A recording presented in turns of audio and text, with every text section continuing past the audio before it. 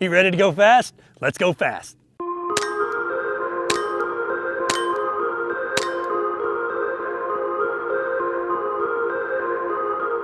Hey guys, 22 Plinkster here, and you have seen a lot of Ruger 1022 builds on my channel, but this is by far the fastest, the lightest, and the most different setup I have ever put on my channel. The first thing that kind of sticks out is this MANTICORE trigger system put out by TANDEMKROSS. Okay, I'm gonna go over all the parts here, but the trigger housing is machined aluminum.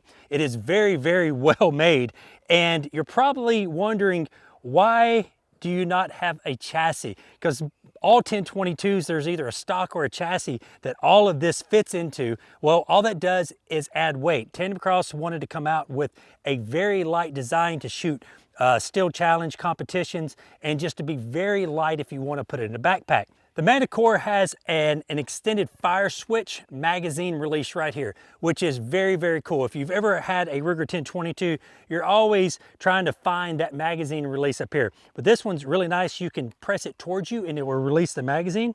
I'll go ahead and show you guys. So this is an empty magazine. So if the magazine's in, you can press it away from you, or you can press it towards you and that will release the magazine. You also have a rotating safety right here. If it's engaged just like that, guess what? You can't fire the gun forward, sort of like an AR-15 you would on your thumb, but this is actually out in front of the trigger. Another thing I really like is where the bolt catch is. Simply slide it back and you're good. The trigger is extremely nice. This trigger can be adjusted all the way from 2.5 pounds all the way up to I think 5.5.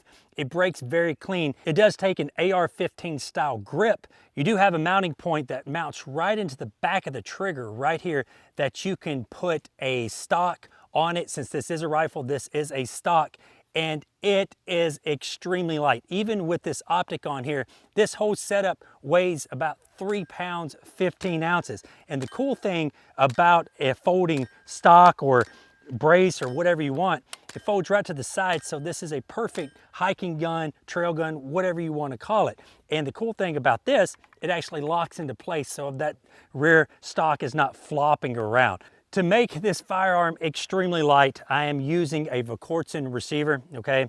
This is not a regular Ruger 1022 receiver. This is the Verkortsen ultralight receiver that actually has screw holes right here on top that will allow you to directly mount your optic on top of the receiver. And since they don't have that pick rail here on top, actually cuts down some weight. And I am sporting their custom carbon fiber ultralight barrel, and this thing weighs nothing. All right, let's shoot some stuff across the creek. All right, that was 75 yards, pretty easy. All right, let's try to go with the 4-inch plate here. There we go. All right. Yes, you can shoot precision with this firearm, but this firearm was built and designed to go fast.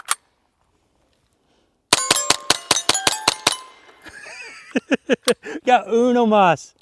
Think. All right. So let's talk a little bit more about this firearm. It does have a flat face trigger, and you're probably wondering, well, why don't the pins just fall out?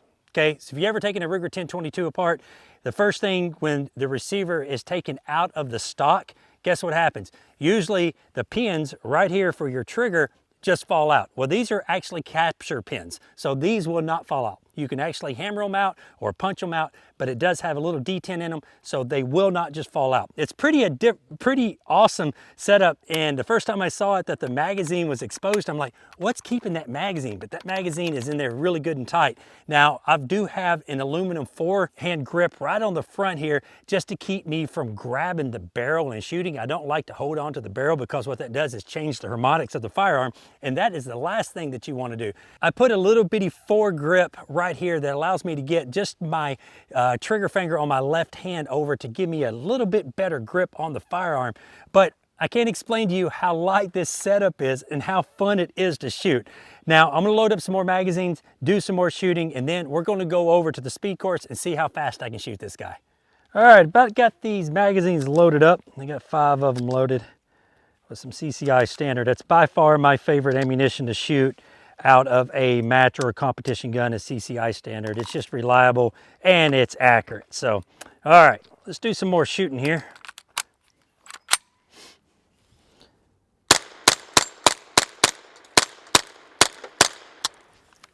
Made short work of that dueling tree.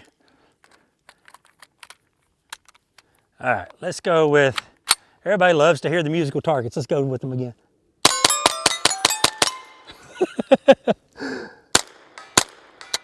All right, it's just, I really am digging this magazine release and this whole setup.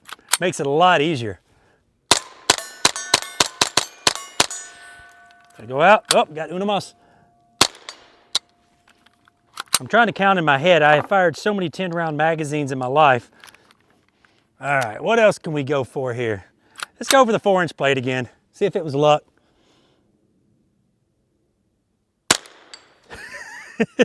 Nailed it first try.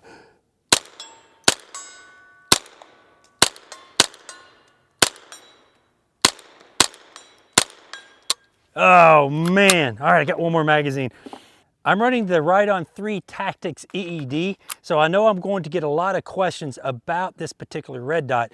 This is an enclosed red dot. It is adjustable, so I think it's got like 10 or 12 different brightness levels. And what I like about it the most, it is a 1 MOA red dot. So you can dim it down really small to get those precision shots.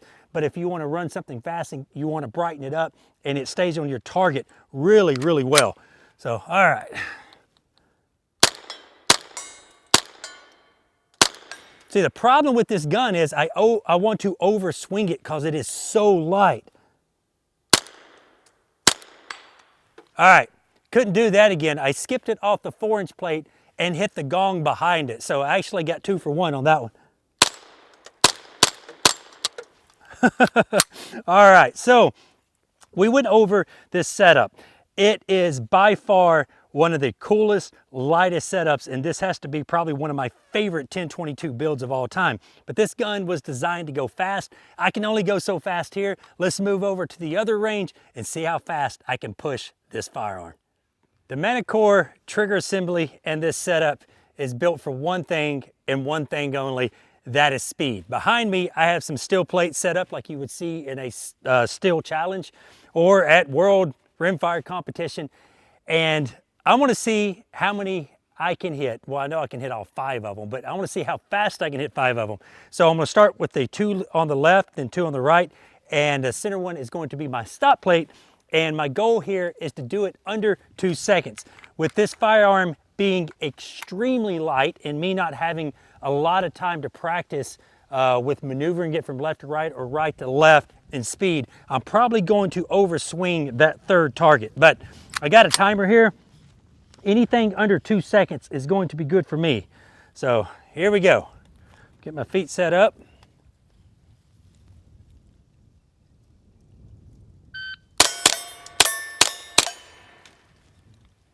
.05. All right, that wasn't under 2 seconds. I can get under 2 and go faster. Build up.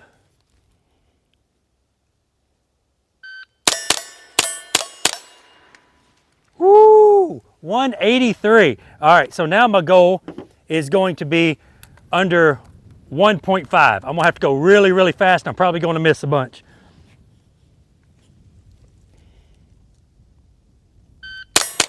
Yep, that's what happens when you try to go fast. Let's start that over.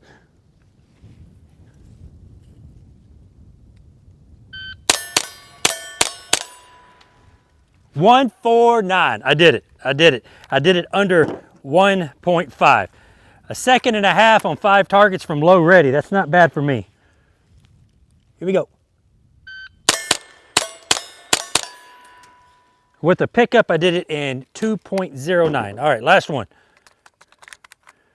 All right, see if we can beat 1.48, 1.49 I did. Here we go.